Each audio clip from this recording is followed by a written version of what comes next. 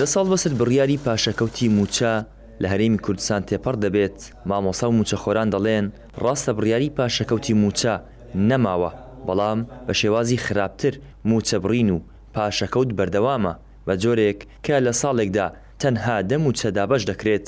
ئێمە هەمیشە دژی ئەو بڕیارە بووینە، پشتی بە هیچ بڕگەیەکی یاسایی نەبەست فەرزیان کردە سەر موچەخۆران بە جۆرەها شێوازی دیکە تاکو ئێستا بەردەوامن لە موچە بڕین، لە موچە دواخستن، لە نەدانەوەی ئەو پاشەکەوتە لە کاتی خۆی وعدیاندا کە ئەو پاشەکەوتە دەدرێتەوە، بەڵام ئێستا هیچ باسی ناکەن، هیچ پلانێکیان نییە بۆ دانەوەی پاشەکەوتەکە.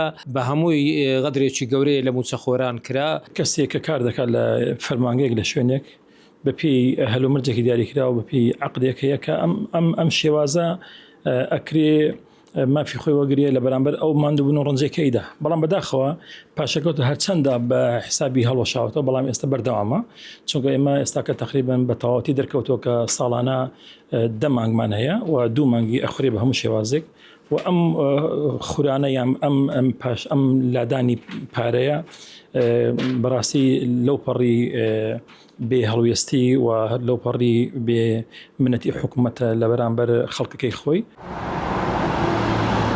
نەدانی چەند موچەیەک لە ساڵێکدا و ڕاگررتنی پلە بەرزکردنەوەی فەرمانبەران ستەمێکی بەردەوامە دەرحەق بە موچەخۆران دەکرێت. بەو هۆیشەوە سەرجەم توێژەکانی کۆمەلگا تووشی قەیران بوونەتەوە.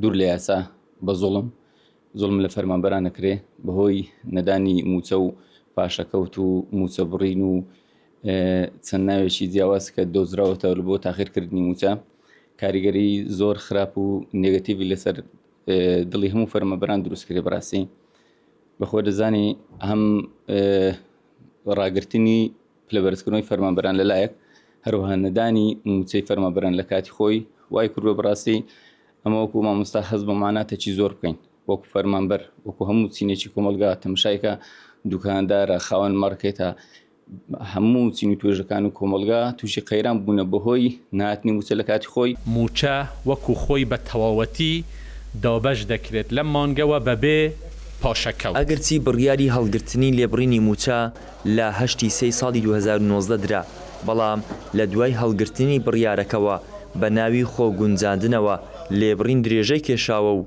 هیچ کاریگەریەکی نەبووە بۆ باشبوونی قەیرانی موچە. ئیدریس محەممەد، کەناڵی ئاسمانی پەیام، هەولێر.